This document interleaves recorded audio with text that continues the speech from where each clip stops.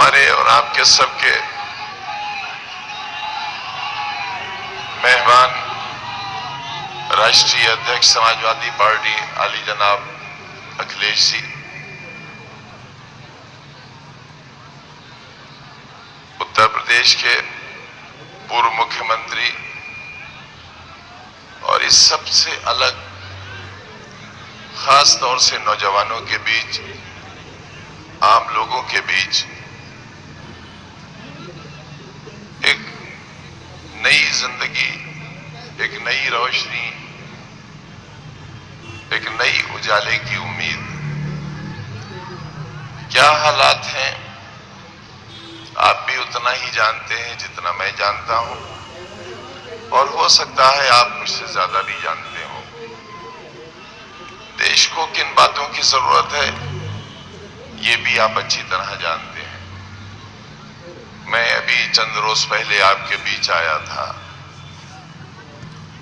अपनी बात कही थी आपसे, उससे पहले भी बहुत बार आया,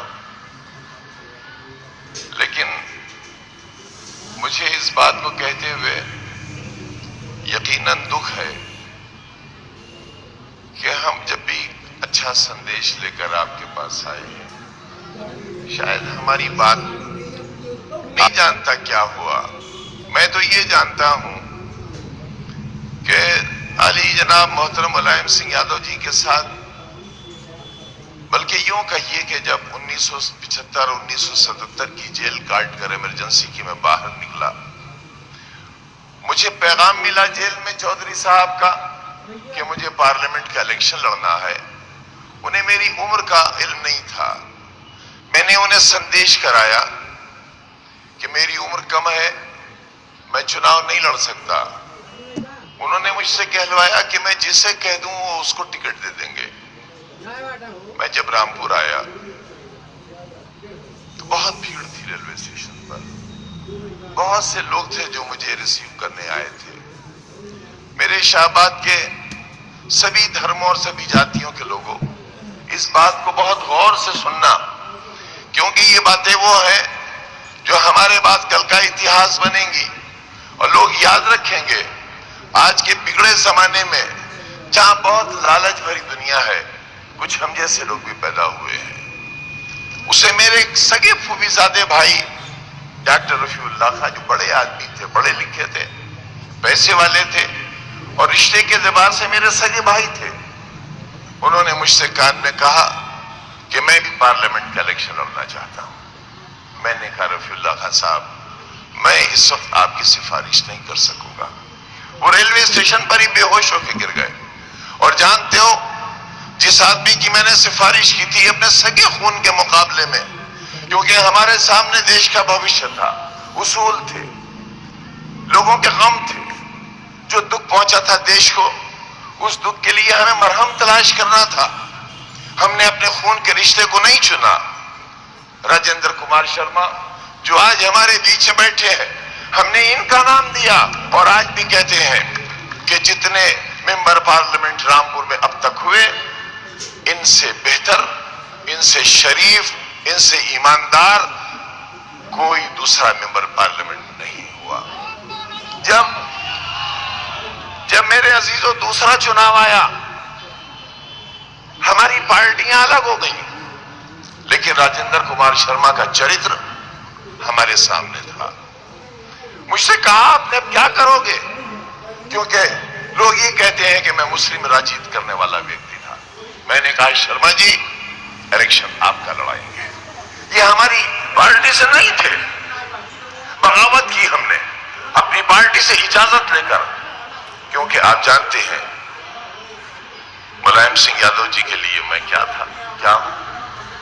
मुझे याद है जब पार्लियामेंट में रक्षा मंत्री होते हुए पार्लियामेंट में किसी ने कहा कि आजम खान देशद्रोही है, तो रक्षा मंत्री खड़े हो गए और कहा कि अगर आजम खान देशद्रोही है तो मैं उससे पहले देशद्रोही हूं। यह है हमारे रिश्ते, यह है हमारे जीने का अंदाज। राजेंद्र कुमार शर्मा जब दूसरा चुनाव लड़ने के लिए खड़े हुए, पान तरीबे का मैदान रामपुर का गवाह है, हमने राजेंद्र कुमार शर्मा का चुनाव लड़ाया और वहां पर मौजूद मुसलमानों ने मुझसे कहा कि आजम भाई शर्मा जी का इलेक्शन लड़ाया है तुमने, पीली टोपी ओढ़ लेना। 2 महीने बाद मेरा चुनाव था, शर्मा जी को भी जिताया और अपना चुनाव भी जीता। हम ऐसे लोग हैं। यह है हमारे जीवन का इतिहास। हमारे सामने धर्म, जात, रिश्ता कोई मायने नहीं रखता। उसूलों की जिंदगी जब हो तो बड़े से बड़ा गम छोटा लगता है। याद करो, आप अपना उसूलों याद करो, हमारा याद करो। कितनी बार हम खाली हाथ लेकर आपके पास आए और कितनी ही बार खाली हाथ लेकर वापस चले गए। मेरा नुकसान नहीं हुआ, नुकसान हुआ आपका, आपके समाज का, कमजोर लोगों का, जिन्हें कुछ नहीं मिल सका। क्यों? सोचना पड़ेगा आपको, सवाल करना पड़ेगा अपने आप से। पिछला पार्लियामेंट का चुनाव नसीर अहमद खान जीता हुआ चुनाव हार गए, वजह आप तलाश करो।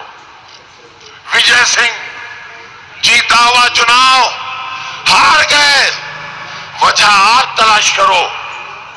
मैं उन लोगों में से हूं, याद करो मैं पार्टी से निकाला गया था। एक बीमार शख्स जो दिल्ली के एक अस्पताल में है, उसने कहा कि मैं 150 राइफलधारियों के साथ रामपुर गया, अगर आजम मेरे सामने आ जाता तो मैं उसे छलनी कर देता। धन्यवाद दोस्तों, लाइक कमेंट के साथ एक शेयर करना ना भूलें और आगे भी हम आप लोगों के लिए ऐसी ही वीडियो खोज कर लाते रहेंगे और आगे भी ऐसी वीडियो को सबसे पहले देखने के लिए पेज को फॉलो जरूर कर लें। धन्यवाद। जय समाजवाद, जय अखिलेश मिशन 2022।